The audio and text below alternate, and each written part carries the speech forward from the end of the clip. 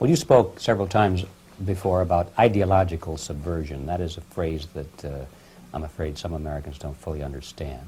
When the Soviets use the phrase ideological subversion, what do they mean by it? Ideological subversion is the process which is legitimate, overt, and open. You can see it with your own eyes. All you have to do, all American mass media has to do, is to unplug their bananas from their ears, open up their eyes, and they can see it. There is no mystery. There is nothing to do with espionage. I know that espionage, intelligence gathering, looks more romantic. It sells more deodorants through the advertising, probably. That's why your Hollywood producers are so crazy about James Bond type of thrillers. But in reality, the main emphasis of the KGB is not in the area of intelligence at all. According to my opinion and opinion of many defectors of my caliber, only about 15% of time, money, and manpower is spent on espionage as such. The other 85% is a slow process which we call either ideological subversion or active measures, активные мероприятия in the language of the KGB, or psychological warfare. What it basically means is to change the perception of reality of every American to such an extent that despite of the abundance of information, no one is able to come to sensible conclusions in the interests of defending themselves, their families, their community, and their country. It's a great brainwashing process which goes very slow, and it's divided in 4 basic stages. The first one being demoralization. It takes from 15 to 20 years to demoralize a nation. Why that many years?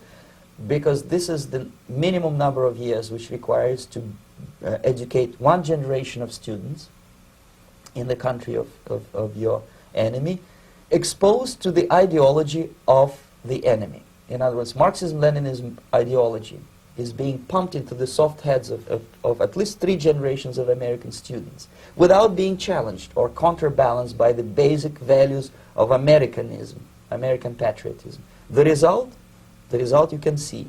Most of the people who graduated in the 60s, dropouts or half-baked intellectuals, are now occupying the positions of power in the government, civil service, business, mass media, educational system. You are stuck with them. You cannot get rid of them. They are contaminated. They are programmed to think and react to certain stimuli in a certain pattern.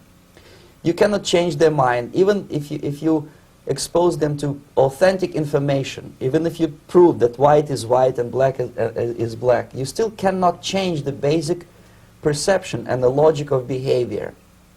In other words, these people, the process of demoralization is complete and irreversible.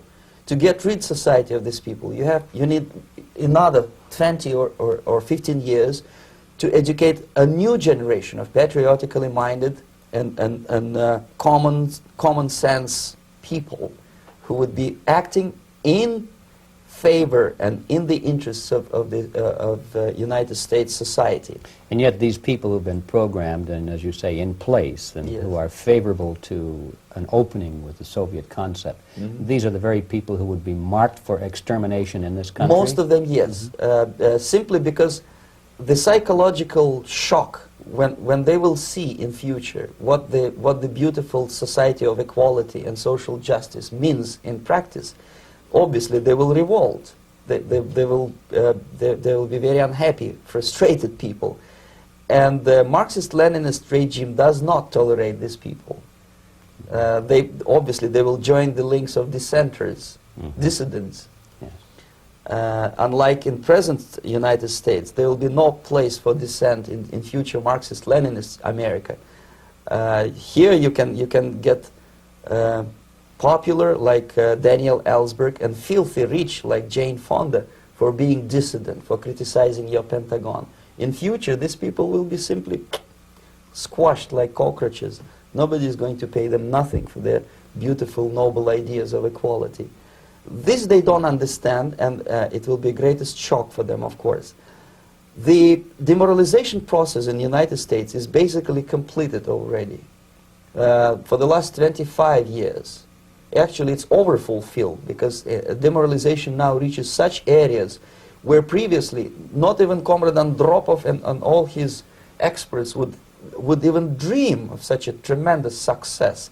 Most of it is done by Americans to Americans, thanks to lack of moral standards. As I mentioned before, exposure to true information does not matter anymore. A person who was demoralized is unable to assess true information. The facts tell nothing to him.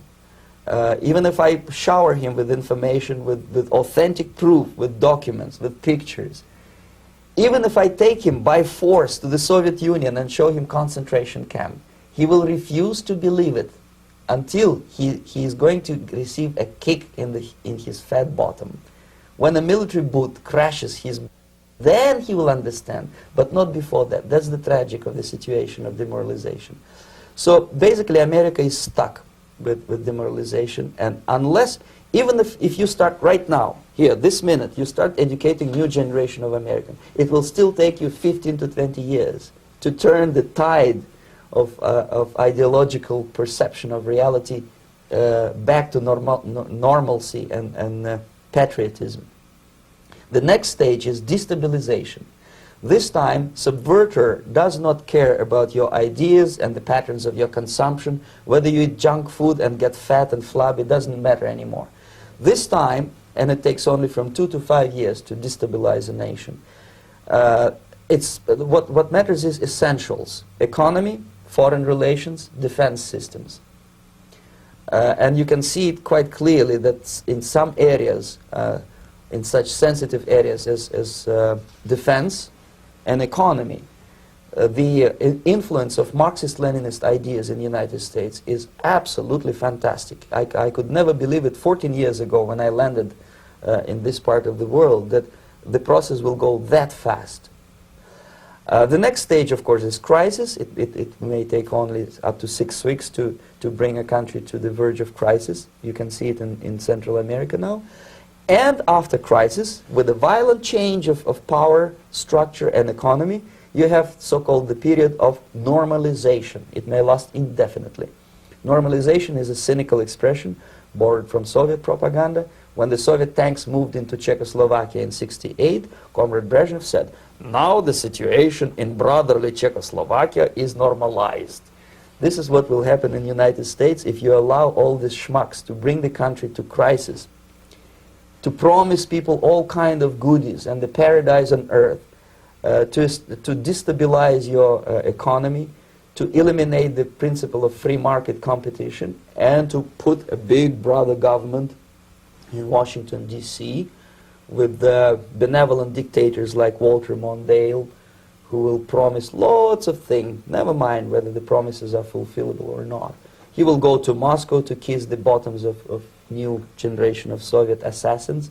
Never mind. He will create false illusions that the situation is under control. Situation is not under control. Situation is disgustingly out of control. Most of the American politicians, media, and educational system trains another generation of people who think they are living at a peacetime. False. The United States is in the state of war, undeclared total war against the basic principles and the foundations of this system. And the initiator of this war is not Comrade Andropov, of course. It's the system. However ridiculous it may sound, the world communist system or the world communist conspiracy, whether I scare some people or not, I don't give a hoot. If you are not scared by now, nothing can scare you. But you don't have to be paranoid about it. What actually happens now, that unlike myself, you have literally several years to live on unless the United States wake up. The time bomb is ticking. With every second, the disaster is coming closer and closer. Unlike myself, you will have nowhere to defect to, unless you want to live in Antarctica with penguins. This is it. This is the last country of freedom and possibility. Okay, so what do we do? What is your recommendation to the American people? Well, the immediate thing that comes to my mind is, of course, There must be a very strong national effort to educate people in the spirit of real patriotism, number one. Number two, to explain them the real danger of socialist, communist, whatever, welfare state, big brother government. If people will fail to grasp the impending danger of that development, nothing ever can help United States. You may kiss goodbye to your freedom, including freedoms to homosexuals, to prison inmate. All this freedom will vanish, evaporate in 5 seconds, including your precious lives. The second thing, the moment at least part of United States population is convinced that the danger is real, they have to force their government. And I'm not talking about sending letters, signing petitions, and all this beautiful, noble activity. I'm talking about forcing United States government to stop aiding communism. Because there is no other problem more burning and urgent than to stop the Soviet military-industrial complex from destroying whatever is left of the free world. And it is very easy to do. No credits, no technology, no money, no political or diplomatic recognition, and of course no such idiocy as grain deals to USSR. The Soviet people, 270 millions of Soviets, will be eternally thankful to you if you stop aiding a bunch of murderers who sit now in Kremlin and whom President Reagan respectfully calls government. They do not govern anything, least of all such complexity as the Soviet economy. So basic, two very simple, maybe too simplistic answers or solutions, but nevertheless they are the only solutions. Educate yourself, understand what's going on around you. You are not living at the time of peace. You are in a state of war, and you have precious little time to save yourself. You don't have much time, especially if you are talking about young generation. There's not much time left for convulsions to the beautiful disco music.